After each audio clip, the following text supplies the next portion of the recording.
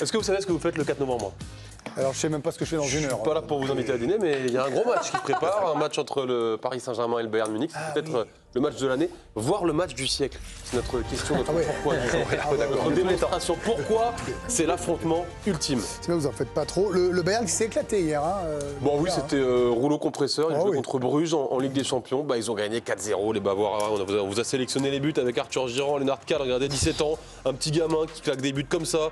On a Harry Kane, comme à tous les matchs du Bayern, il a marqué un but. On a Luis Diaz aussi, regardez, qui a fracassé la barre, boum, et qui a marqué ce but. Et puis Nicolas Jackson, le Sénégalais, qui a marqué le 4e but, 4-0. C'est bon, on peut aller dormir tranquille. Victoire avec le sentiment du devoir accompli parce que le Bayern Munich est 2e de ce classement, juste derrière son futur adversaire, le Paris Saint-Germain, qu'ils affrontent donc le 4 novembre. Ce sont les deux gros de ce début de saison. Alors, dans les stats, ça donne quoi?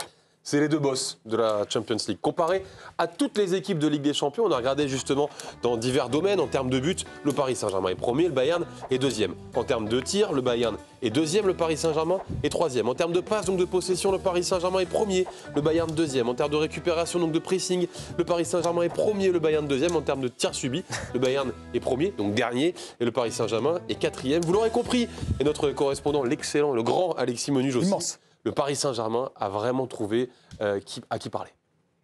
On a retrouvé le rouleau compresseur du Bayern qu'on avait surtout connu sous les ordres de Pep Guardiola. Et pour certains observateurs, dont je fais partie, ce Bayern ressemble beaucoup à celui de l'ère Guardiola 2013-2016. Dans le sens, ce Bayern de nouveau vraiment dominateur, avec une forte possession du ballon, et surtout très flexible sur le plan tactique. Ce Bayern 25-26 est peut-être le plus imprévisible de l'histoire et donc très difficile à cerner, à maîtriser pour n'importe quel adversaire. C'est absolument le message que veut faire passer Vincent Kompany à ses joueurs. Alors, c'est donc le travail de Vincent Kompany aussi.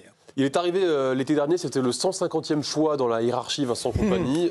Pas une grande expérience, Burnley Anderlecht, mais ça se passe super bien. Il est champion l'année dernière avec le Bayern, qui ne l'avait pas été l'année précédente.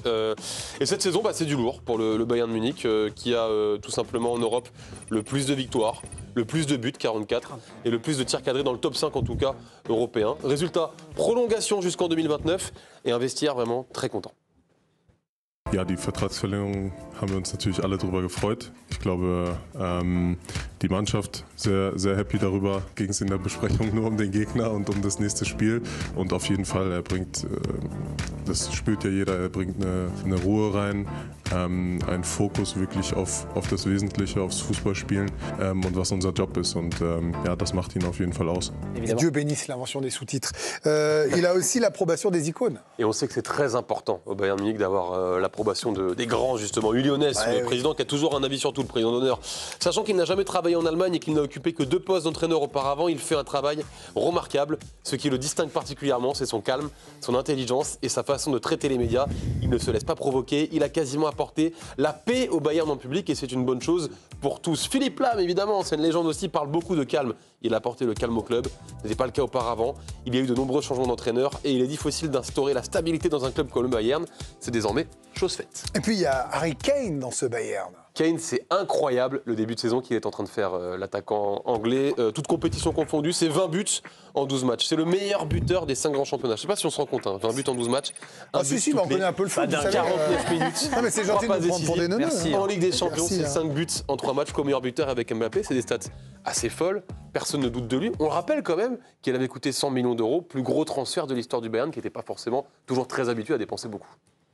Chaque centime s'est rentabilisé. Et Kane a encore franchi un palier, voire 2 par rapport à la saison dernière. Au niveau du jeu déjà, parce qu'il est parfois aligné en numéro 10. On le voit très souvent dans sa propre surface pour aider ses coéquipiers dans le repli défensif. Il est très fort dans les ouvertures, toujours très précis, très intelligent au niveau du jeu long, du jeu court. C'est vrai qu'Harry Kane aujourd'hui est sans doute le nouveau chouchou de l'Allianz Arena. Bon, alors attention, parce que maintenant c'est Paris en face. Parce qu'on a vu les stats de dingue du Bayern, qui n'a pas perdu depuis des mois d'ailleurs. Est-ce que vous savez quand est-ce que le Bayern a perdu pour la dernière fois? PSG. Ah, le PSG. Face au Paris Saint-Germain, effectivement, la Coupe du Monde des clubs, ils avaient perdu en quart de finale 2-0, Désiré Doué et Dembélé. Parce que la différence entre Paris et le Bayern en 2025, c'est Paris, c'est un chasseur de gros. La stat assez folle autour du Paris Saint-Germain. Si on prend le top 10 du classement UEFA depuis que Luis Enrique est là. Regardez, ça, c'est les 10 meilleures équipes au classement UEFA. Ah bah regardez, ça, c'est dans l'ordre chronologique. Boum, boum, boum. Tout le monde y est passé, sauf le Borussia Dortmund. Score cumulé 27-7 contre ces équipes-là. Donc forcément, Paris sera pris très au sérieux. Le Bayern est en très bonne place pour juger de ce Paris Saint-Germain-là, puisque où s'est déroulée la dernière finale de Ligue des Champions? À Munich. À Munich. Ils sont bien placés pour le savoir, les Bavarois. Ce PSG est beaucoup plus sympathique que de l'ère Mbappé, Neymar, Messi, parce qu'on voit un collectif bien huilé, des joueurs bien sympathiques qui sourient sur le terrain, qui ne jouent pas pour leur pomme mais pour leur club. Et ça, c'est très bien vu en Allemagne. Donc déjà, la cote de sympathie a énormément grimpé en Bavière, mais aussi un peu partout dans le pays depuis quelques mois maintenant. C'est vrai qu'on considère aujourd'hui ce match au Parc pour le Bayern comme le plus gros test de la saison. Finalement, c'est pas un match qui nous attend, c'est un verdict qui est le grand d'Europe. Vous savez désormais où vous serez le 4 novembre. Bah, devant quoi vous serez le 4 novembre prochain? Où je sais pas, mais devant, je sais. Merci Adrien Couromble, Arthur Girard, Baptiste Vautier avec vous pour ce. Ils ont très bien travaillé comme d'habitude. Bah évidemment, on les salue. C'est vrai, Olivier Bossard, que ce match-là, alors on va me dire, on sera que début novembre, ce n'est que la 4e journée. Vous allez vraiment me dire ça? Bah, non mais pour moi, en fait, c'est surtout. Je le connais par cœur, je parle le Bossard illustré. C'est surtout le choc ultime du mois de novembre, parce que je pense que la vérité du Money Time ou du printemps sera totalement différente. Si on devait comparer par rapport à la saison dernière, le choc ultime, c'était Liverpool-Barça à ce moment-là même de l'année. Bon, bah, finalement, Liverpool out en 8e et le Barça en demi. Après, je ne vais pas bouder mon plaisir. Effectivement, ça va être un match incroyable. Surtout que je pense que le Bayern est peut-être l'équipe qui peut poser le plus de problèmes à ce PSG-là. Le PSG, bon, bah, on voit ce que c'est devenu. Personne n'arrive à trouver de solution contre eux. Et je pense que le Bayern peut vraiment créer des soucis. Le Bayern, ça court partout, ça bouge partout. Et ce qui me plaît dans ce duel-là, c'est aussi ce duel sur les 2 premières places. Parce qu'on sait aujourd'hui, avec la nouvelle formule, que les 2 premières places, elles vont coûter cher. Parce que les équipes qui vont terminer première ou deuxième vont pouvoir recevoir jusqu'en demi-finale. Oui. Donc c'est un choc qui va compter dans cette course-là. Et puis quand on aime le foot, Jérôme Alonso, un PSG-Bayern, déjà c'est pas un match habituel. Là, on se dit que vraiment... Alors je sais bien, il a raison en fait, je le chante, mais c'est début novembre. Mais cela dit, on en parlait hier, je ne sais plus qui était ici, il disait quand le Barça ils explosaient tout le monde, ils le faisaient de septembre à juin. Et donc cette vérité n'est peut-être pas celle d'eux-mêmes, mais il y a des possibilités quand même qu'avec ces 2 équipes-là, elles le soient. Moi j'ai bien envie de savoir qui est le meilleur en ce moment, quoi. C'est qui le numéro 1? Ouais, c'est les 2 meilleures équipes du monde probablement aujourd'hui. C'est pas rien. Ça te pose quand même un peu le décor, même si on est en novembre. Et même si on est en novembre, on est évidemment privilégié de voir ce match-là là, à côté de chez nous. Enfin, ça va être juste génial, quoi. Et puis, il m'intéresse surtout parce que j'ai envie de voir les Parisiens. Finalement, depuis le mois d'août, qu'est-ce qu'il y a eu comme très gros match? Barcelone, on s'est dit, tiens, avec presque une équipe bis, ça gagne. Et là, le PSG quasi au complet, contre ce Bayern, je veux voir. Qui n'a pas joué non plus de cadre énorme. Mais joueur par joueur, ça m'intéresse. Et je pense notamment à Lucas Chevalier. Je pense que ça va être un très gros test pour Lucas. En face qui d'une va idole, être, on peut imaginer. oui, en plus, en face d'une référence. On se souvient, il y a un an, il y avait eu un PSG-Bayern et Luis Enrique avait fait jouer Safonov, qu'il avait préféré. Ouais, avec une grande réussite. Oui, grande Alors là, réussite. a priori, je pense qu'il ne fera pas jouer Safonov. Donc voilà, Je m'avance peut-être un peu. pour toutes ces raisons collectives, pas le foot comme vous, mais hein, aussi individuelles, j'ai vraiment hâte de voir comment le PSG va se comporter pour son vrai premier gros choc de la saison au complet. Mais vous dites premier choc pour le PSG aussi, mais c'est vraiment le premier choc aussi pour le Bayern. Mais on a quand même le sentiment que les 2 équipes sont plus fortes, peut-être que vous allez me contredire, mais il y aura un impact psychologique s'il y a un perdant ou, comme c'est que novembre, non, il y aura un. Ouais, je pense, et pour abonder dans votre sens, la vraie différence avec l'an dernier, c'est que l'an dernier, le PSG était un peu à la rue en début de saison. Ouais, là, les 2 équipes sont au top à ce moment-là de la saison où ils doivent se rencontrer. Donc moi, j'ai envie de voir ça. J'ai envie effectivement de savoir qui est le boss pour l'instant sur le plan continental, même si c'est le PSG. Quoi qu'il arrive, ils ont gagné la Ligue des Champions, ils sont devant. Malgré tout, ça ferait mauvais genre de perdre ce match-là à domicile contre le Bayern. Psychologiquement, ça n'atteindrait pas du tout les Parisiens, j'en suis persuadé. Mais pour la dynamique, ce serait pas bon. Donc je pense que le PSG sera très bon à ce moment-là de la saison, donc c'est dans 2 semaines, que le Bayern également. Et qu'effectivement, l'équipe qui perdra ce match-là, malgré tout, il y aura une sorte de suprématie, mais sur l'instant. Oui.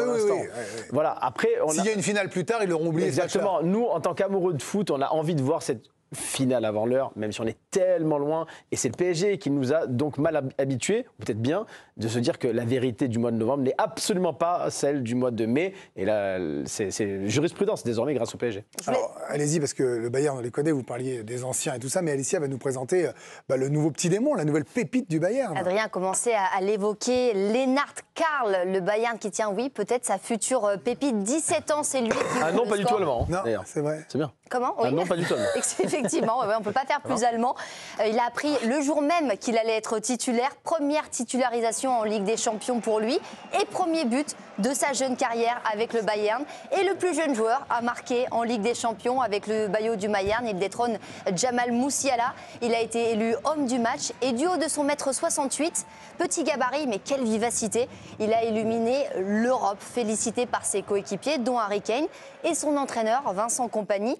Il est revenu sur ses qualités, même s'il avait insisté, Vincent Kompany, il faudra lui laisser quand même un peu de temps. C'est tout à fait normal que les gens parlent de Lennart Karl en ce moment. Aujourd'hui, il a joué comme à l'entraînement. Mais je pense qu'il a besoin de temps. Et je veux être très clair sur ce point. Lenny a cette capacité à être dangereux devant le but. À chaque fois qu'il est sur le terrain, il peut marquer, même s'il fait un mauvais match. Il a besoin de temps. Et maintenant, les prochaines étapes pour lui, c'est d'être plus constant.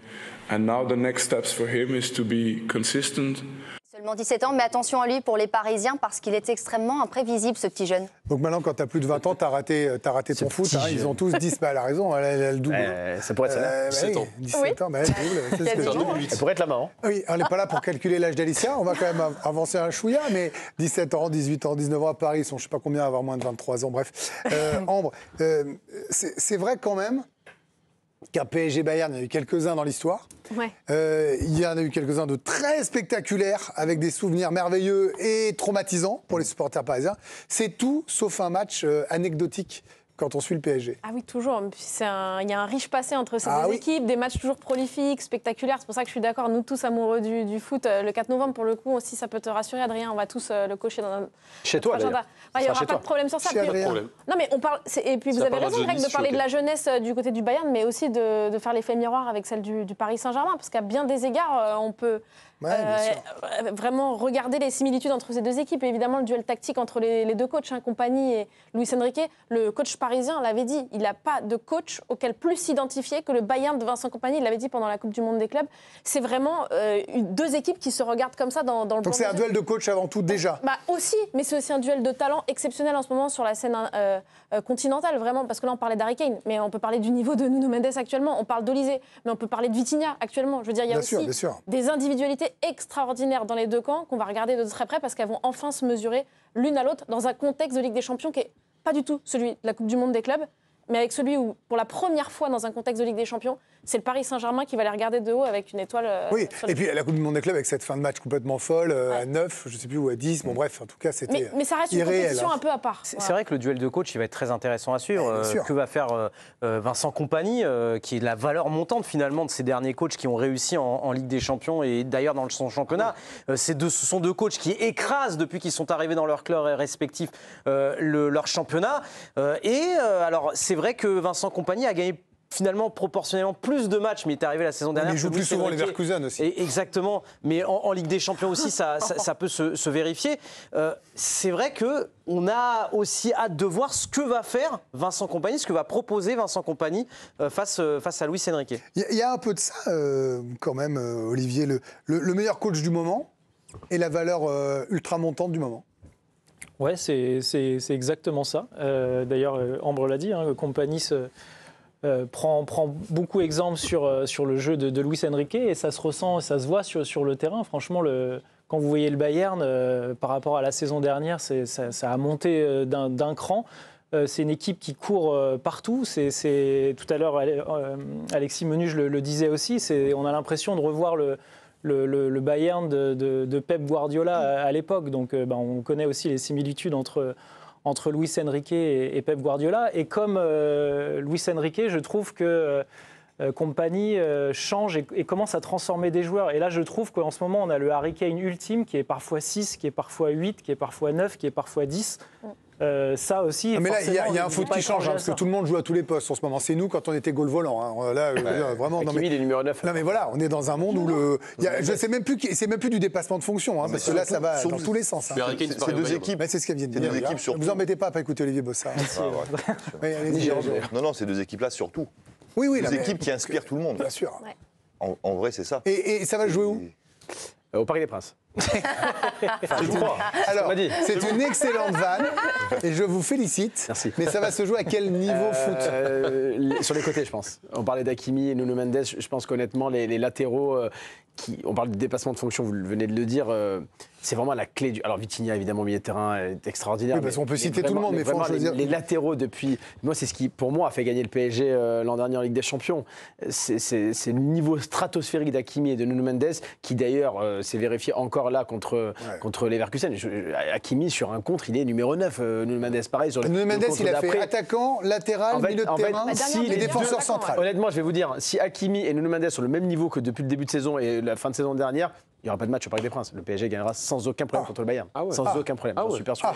Franchement, ils sont au-dessus et largement au-dessus. Non mais honnêtement, quand vous voyez la démonstration, parce que certains ont banalisé, j'ai entendu parfois des spécialistes dire oui, mais c'était pas forcément Leverkusen incroyable. Ça, c'est Olivier. Honnêtement, en Ligue des Champions, marqué à l'extérieur 7 buts contre un grand club allemand. Mais attendez, c'est extraordinaire. Et donc, il ne faut pas banaliser ça. Et le PSG le doit beaucoup aux latéraux. Il nous a hypé là. On a envie d'être le 4 novembre. Il nous reste il y a des vacances quand même. On va les prendre tranquillement. Il a bien teasé. Il a bien teasé. Franchement, bravo. Vous avez des vacances, vous? Comment? Vous avez des vacances? Oui. Quelle chance. C'est le privilège de l'âge.